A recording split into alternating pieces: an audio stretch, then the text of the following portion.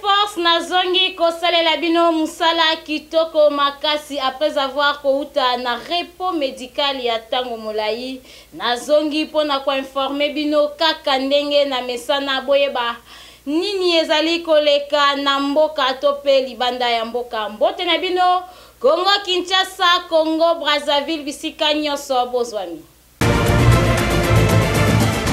Tofungola Mag FM pona kwebisa bino ke ba président ya communauté ya SADC baki na kokutana mokolo ya dimanche kunana Addis Abeba na Ethiopie pona kosolola kasi na ngambo ya président Félix Tshisekedi baki na kolobelela mingi pe abetaki sete na oyo etali insécurité na est ya mboka na ye bolanda reportage oyo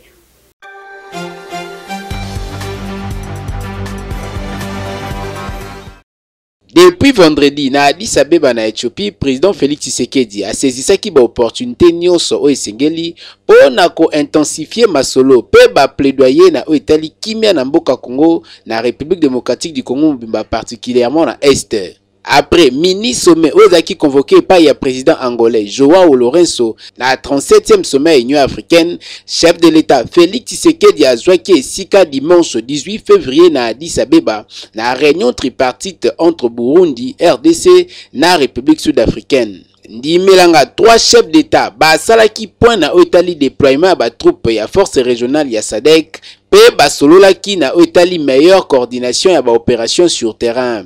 Ba pays contributeurs bazalaki wana pe babetaki masolo nyonso na ndenge sengeli na otali ba force ya SADC et sengeli kosimba que Félix Tshisekedi na ba homologue na ye ba rappelaki que ba troupes sud-africaines au baza déjà déployées na Est de la République démocratique du Congo bazali ko appuyer ba FARDC sur le champ de bataille contre ba armée rwandaise pe ba supplétif ya M23. Elekaki na ndenge ya kosakana te ezalaki penza bien na présence ya ba chef d'état o bautaki na Soudan pe présence remarquable ya président Denis Sassou Nguesso azalaki pembeni ya chef de l'état après ba minute ebele pona kosola na ye makambo etali République démocratique du Congo pour la partie est na yango o wapi situation sécuritaire et eza préoccupante. To simba que chef de l'état Félix Tshisekedi na ba homologue na ye Ndakisa Cyril Ramaphosa bazali ko bunda na ndenge sengeli pour na ko maintenir kimia na partie est de la République démocratique du Congo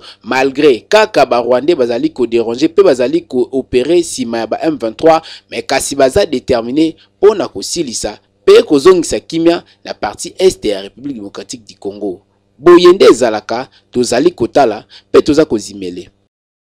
Informateur Augustin Kabuya ebaki na kokutana na ba regroupement pe ba personnalité politique pona koluka ko bongisa majorité ya sika Henriette Futila apesi biso ba détail.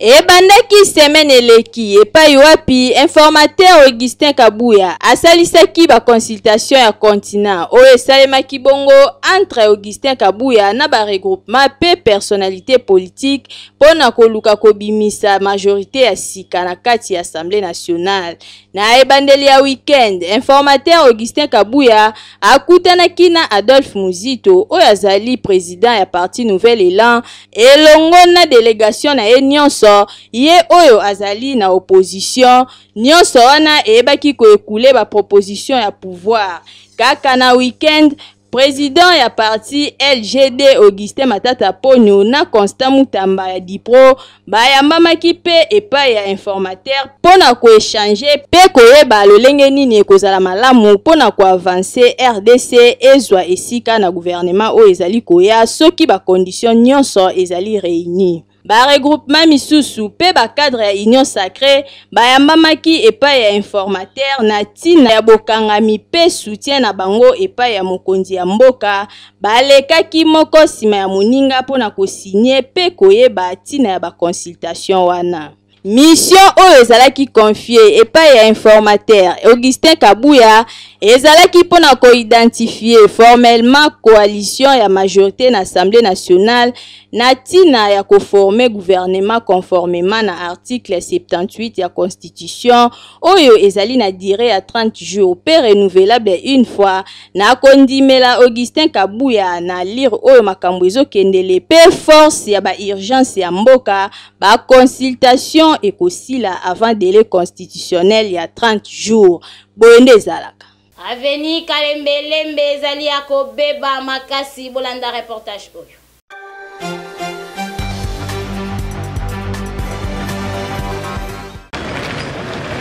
Nzela oyo bozali komona bandeko ezali nango soki wapi te toza précisément na commune ya Lingwala na aveni Kalembelembe aveni oyo boyebi ekenda sango na kombo ya hôpital nango ya munene oyo esungaka po bana biso babika pe yango mutu ememaka bato soki outi kote ya barompo Wileri ebimisio malembe ti na maison communale ya Lingwala obimi pe na prince ya 24 kasi eta ya délabrement avancé oyo nzela oyo ekoma nango population azali komituna eske oyo ezali kaka aveni Kalembelembe oyo ekenda sango oyo population nyonso ayebi to ezali aveni Kalembelembe mususu po awa moyen ya kotambola ezate ata soki bato bazali koya na urgence na hôpital ya Kalembelembe moyen bakota ezate po nzela eko permettre bango te population ya kotoyo azali konyoka makasi ndenge nzela ya Kalembelembe ekomi kobanda époque ya Kabila tina mito ezaka o to pesa mbongo tozo po babwaka mabanga ne po ba otia makadam ba okule zéro cause d'abord eza pour la gérance bato bazo gérer nde baza censé rotaler biso nzela soko kati na ngambo kuna impraticable tala nzela nde eza toko ya na bato bazo finga biso ba mama mikolo yo mo yebika nde balekanaka mama za suna possibilité ya mema biloko te mais tala était nzela yo mo ozomona ndenge ezalebi au fil de route azana capacité ya koengager ata 5000 ingénieurs akaboli bango basali musala Congo mobimba donc 5 ans 10 ans solution emonani ya banzela ba onige na bango anana ba biloko bazwana ya ba contrat bato wana bazosisa misala te awa bauti osala awa soki liboso soki quelque part bauti osala ngo basilisa te basalika ndamu baosala ba maître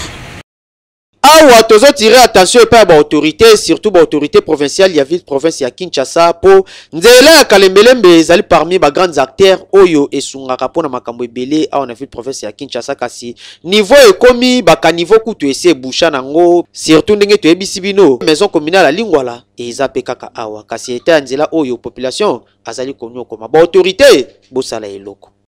Rond-point Gambela elati elamba ya sika population basepeli na musala kitoko ba autorité bazali kosalela bango.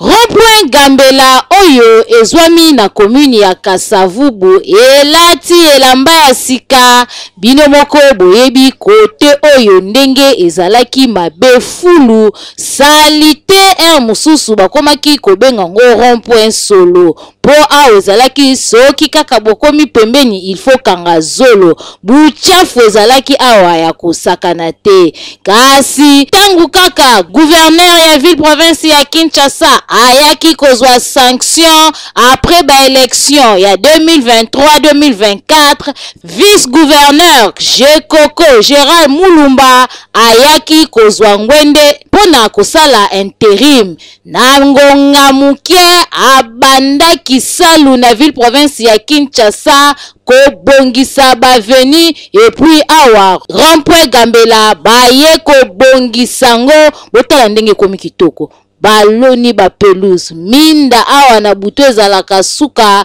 bakinoa bakomi ko profiter koya kokanga ba photo pona elengi oyo ezopesa na butu suka population esepelaki makasi komona musala Jekoko asali bamitunaki pona nini Jantini asalaki yango te alors que na ngonga mukie Jekoko asali yango ye awumelaki eloko esalemaki te dossier oyo esali kitoko pe population azali kosenga ba rond-point mususu elata langi ya sika lokola rond-point Gambela.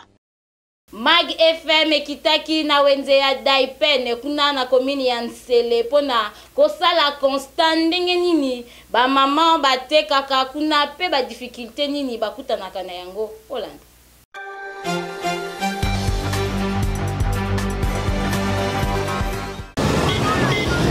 Kamera ya Mag FM ekitaki na wenze ya Daipen oyo ezalaka na komini ya Nsele bino moko boyebi wenze oyo ekenda sango makasi a cause ya spécialité na bango ya koteka biloko bio, c'est-à-dire awa biloko nyonso ezali buka lelo lamba lelo ba pondo bozali komona esali 2 jours te 3 jours te lelo biteku teku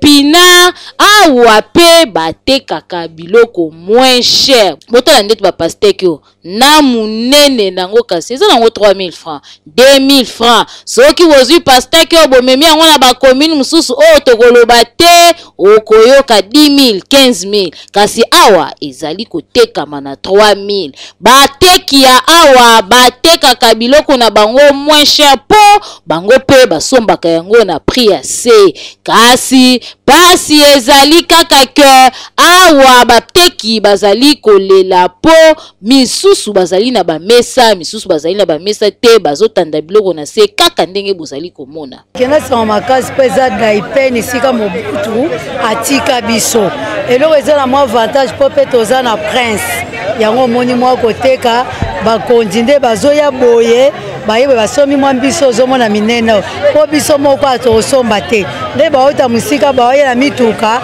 yango yo baosomba biso bilo yango avantage ya liboso yango wana awa vente eleka lisusu bien te nde tobanda koteka na ntango ya kala tozoteka na ntango ya kala komona tozoteka biloko na biso ezotekama bien lisusu ezotekama lisusu bien te tozomona clientèle ebele me biloko siko ezotambola bien te il fallait basalela biso wenze bato mutu na mutu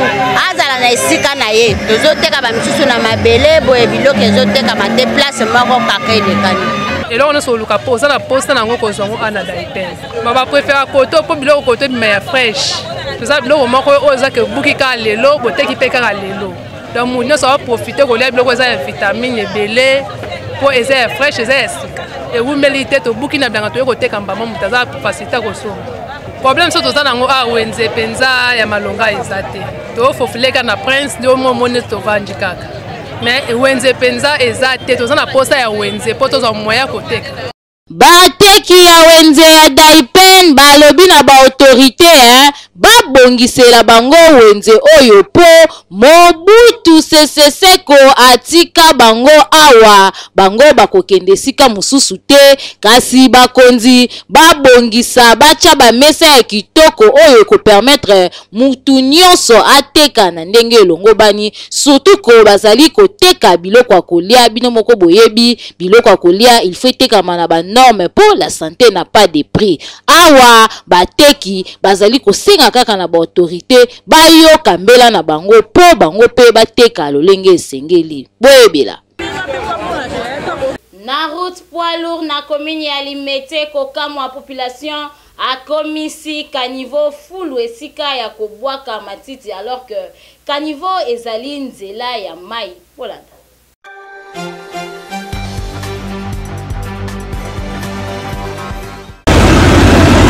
Zwami awa na poids lourd, c'est-à-dire na commune ya Limete sika bozali komona ndimelanga mwana mama ba caniveau na ba terrasse ezalaka lisusu bisika kolekisa mai te e koma nango bisika kobwaka bosoto tala ba conséquences okokanisa kaka soki toza na saison sèche nde ba salite oyo ekangamaka pe etikaka problème na ba terrasse epai wapi eza mosala ya gouvernement kasi population nanga monaye aza responsable monene po ba habitude ya kobwaka biloko na ba terrasse na sika babwaka ngo na poubelle moko eza approprié et comment nango ko créer ba inondation dimelanga indeti awa mwana mama pona kobwaka biloko na ba caniveau to pe na ba terrasse mai ekoma kopanzana na ba avenue tina ba mapango ya batu pona koluka kaka lolenge kana ekoki kozwa nzela po ete eketi na destination na yango bato na bato bamemaka basalite ya bapusu kobwaka na terrasse donc moi ete so mbule ye caniveau etondi moyen mai ekule ya te po eseso beba moyen bato bamarche ezala te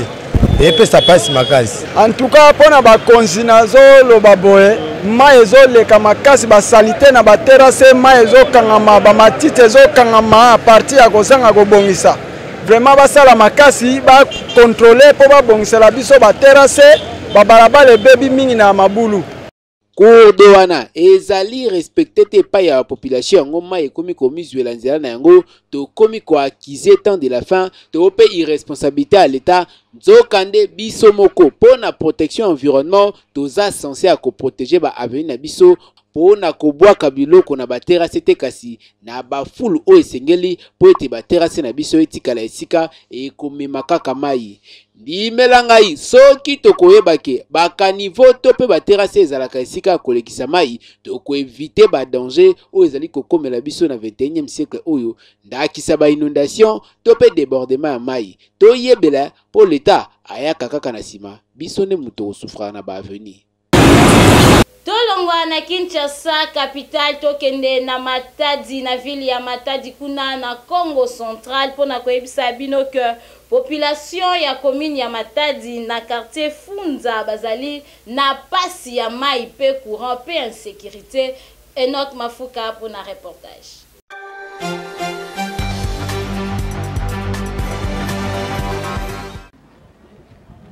Na kati ya ville ya Matadi précisément na commune ya Matadi na quartier Unza bango pe bazali épargné te na ba problème ebele o ezali kotungisa ville wana ya Matadi entre autres pasi ya mai pe pasi ya courant kasi balobi lisusu problème ya bakuluna awa soki 18h ebeti ozali kotambola nefiske na telefone ya pamba salangele po bakuluna barobimela yo pe bakokata yo balobi lisusu problème ezali ke bana classe bazali ko souffrir po ba école ezali vraiment misika po moyen bana classe batanga malamu ezali te bazali ko beta makolo na ba distance ya misika surtout transport pe ezali pasi yango wana ba parents koto bazali konyoka te bango moko population ya commune ya Matadi awa na Unza balobi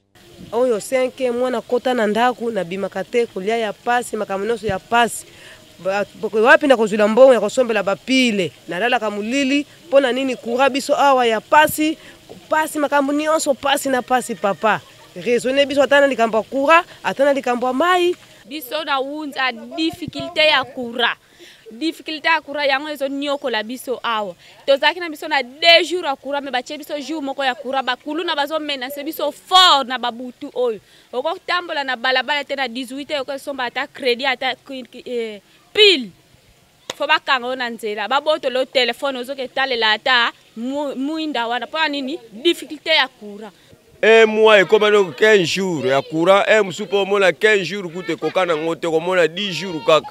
me bata SNL soki ba ye awa do bo pesa mbongo bo bimisa mbongo facture boye bo ba matina potio ko mona bakata na bango kuto courant donc biloko wana yango vraiment tozo mona neti tozo la biso na kata mboka na biso te neti tozo na mboka bapaya donc yango wana baluka moye ba se ranger biso litali courant ya biso moko na inga to somba te ya biso moko mai pe ya biso moko ba ya letondi toza entouré na mai na kata mboka Matadi mais tu faut to kufa kanzala mai to kufa kanzala lumière en tout cas ba konzi ba tele la biso likambo ba bongisa yango. Ba autorité provinciale ya Congo central précisément surtout à la ville ya Matadi il faut batala likambo oyo malamu po population zali kolela to ebaka Matadi azala na ye très bien côté ya courant lela couranté et surtout pe mai ya lela mai te po bazali pembeni ya fleuve ya munene oyo eleka awa na Matadi kutu yango pe epesa bango opportunité bazala na ba port ya minene kasi population ya Matadi akomi kolela mai pe akomi kolela courant likambo oyo Matadi ebaka yango te yango wana biso Mag FM tozali kosenga na ba autorité compétente ba meka mpe kotala makambo etali insécurité pasi ya mai pe pasi ya courant biso Mag FM tolobi totikala kaka na Matadi pona koyebisa bino ke nzela ya quartier Vwandu ezali ya kobeba makasi population bazali kosenga na ba autorité babongisela bango nzela wana po basepela.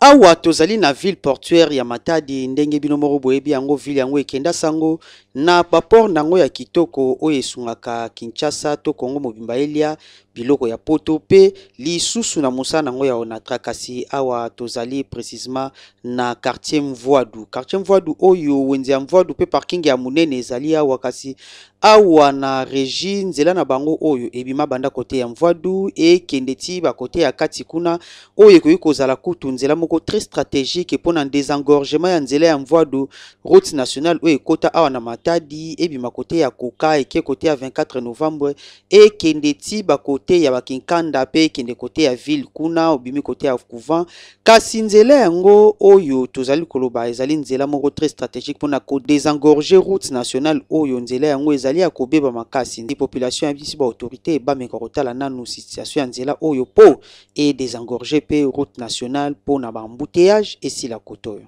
awa nzela oyo eloko liboso nzela ngala za koto depuis 94 ngala kota koto. Alors nzela oyo tomona bato baleka baya ba mesurage tout ça basala boye tout ça baleki ono nzela okalamite ba bongisango jusqu'à présent tout ça boye tomona kata eloko bongo te rien. Or nzela oyo eza route secondaire oyo banda bwima so ba bongisi nzela oyo banda bwima ti les copains eza route secondaire oyo eko aider route principale ya Sekola Mvoadu pona et désengorger muke parking ya Mvoadu tala Mvoadu so ke Mvoadu eza la embouteillage ya makasi nzela na biso oyo so kemisa biso fort do ba transport na biso comme do passe nzela mabe do na accompagner ba mkonda mboka basa nini po ba za solution nzela oyo ndile ba voisa bato ba promesse ba peut même ba promesse bao tekena tatu ba bongise beto njibe tiketeka place teke mona pasa na kunata bime kuma hao ya feti bula bakuwa tina mama kuta wa ndile fo ya bonga beto mama yoko tona kukemba to sepla mama utoto njila to mona ke tebaka nouvelle ya président beto ya sika meko to na kata bwa donc il faut to mona changement na kata bwa la tuto senga ke nzela ebonga po nzela za mabe makasi za mabulu iza mabulu makasi tokosenga ka babongisa biso nzela oyo po esala biso bien ndenge toyoki nzela oyo soki basali yango ekozala bien pona population ya Matadi ekozala bien surtout po nzela ezali kaka moko ya malamu outa Kinshasa to ozali kobima ozi ya Kinshasa okokangama awa na parking ya Mvoadu po embouteillage ya makasi ezali ya suite ke nzela ezali kaka moko kasi soki basali nzela oyo ya régie eko permettre ke batu bakimara na nzela oyo ezala lokola route secondaire pe eko désengorger nzela oyo ya route nationale po ba embouteillage esila. Tozonga na Kinshasa, capitale ya République démocratique du Congo pona ko ebisabino ke Avenue Kasavubu ezali ya kobeba makasi bolanda reportage oyo.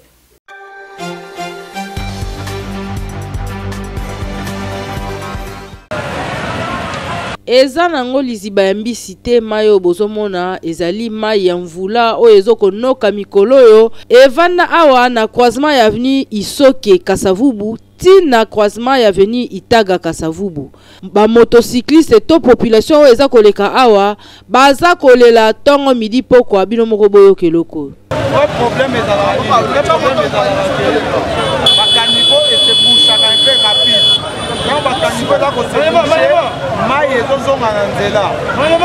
Et puis quand maille et zonga na nzela, zo sala ke nzela zo buka na chaque fois. Et puis la qualité pe ya makadam mo bazo sala na éviter ça ils ont respecté ba norme ou comment. Les abonnés nzela problème mais ça sous ces années. Problème ils ont se répéter parce que bazo sala ba nzela ndambu bazo sala peut-être 100 mètres. Comment on a 100 mètres tikali. Après quelqu'un peut être moi bien et rebuka na lisusu. C'est les zones ici ya rebuka na batu ba komo ba lisusu. Parce que ça vous bukani, donc ça bukani. Oh kenzela ba sala bazo sala ngo ba 100 mètres. Mususu alobi ezali nde gouverneur mutasali mabe ponzela babanda kobongisa esila rate bango kutu balemba na bango koloba mais baosala boni. Manda oyo mobimba oyo ngubila sali de 5 ans nyonso oyo zela oyo ezalaka boy babongisaka nzela te mais nzela oyo ezokutisa mbongo mais mbongo wana oyo ekotaka na kesa leta wana ekendaka wapi bazozelaka makambo nyonso mpona kaka président ya kosala nazo regrete mpona burgomestre ya commune ya Kini kabambari mobimba bebi isoke bebi depuis babandi kobongisa basali mpona kobongisa nzela tozomona ata réaction moko te depuis batikaka banzela nyonso ezaka bongo. Mususu kuta lobi ba fwe etonda bango na makolo mukusa santé na bango koma menacer likola mai oyo po ata mvule noki te bokokuta kaka liziba ya mbisi elongwaka te etikala wana po bakanivo kutu mawa plein hôtel de ville eyaka kutu kosala eloko te ata burgmestre akomi na Kinshasa makambo kuta pesa ngo mukongo lokola eza na kati ya municipalité na ete zela oyo tolobeli yango autant de fois bakonza mboka nayebi te so bamona bapasi oyo biso tomona eza réalité nazoyebisa okotala ata mpe na makolo na nga baefe oyo nzela oyo esi epesi biso toza na prince Kasavubu na avenue Isoke donc précisément nzela azambi nzela oyo ekotisaka mbongo taxe ekotaka biloko ya braza eutaka so euti badepozaka yango na nzela oyo mais bakonza mboka ou bien premier citoyen ya ville atikali kozwela biso solution ya nzela oyo te toza deya une année na nzela oyo. Avenue Kasavubu ezali bongo avenue munene o esalaka trafic na kati ya capitale kobongisa yango eza esengo mingi pe lokumu ya bana mboka. Magi FM ekitaki na wenze ya bikeko pona kosala constant ndenge nini musala esalemaka kuna pe koluka koyeba eske bakinoa basinteresaka na ba art to pe babikeko oyo etekamaka kuna bolanda.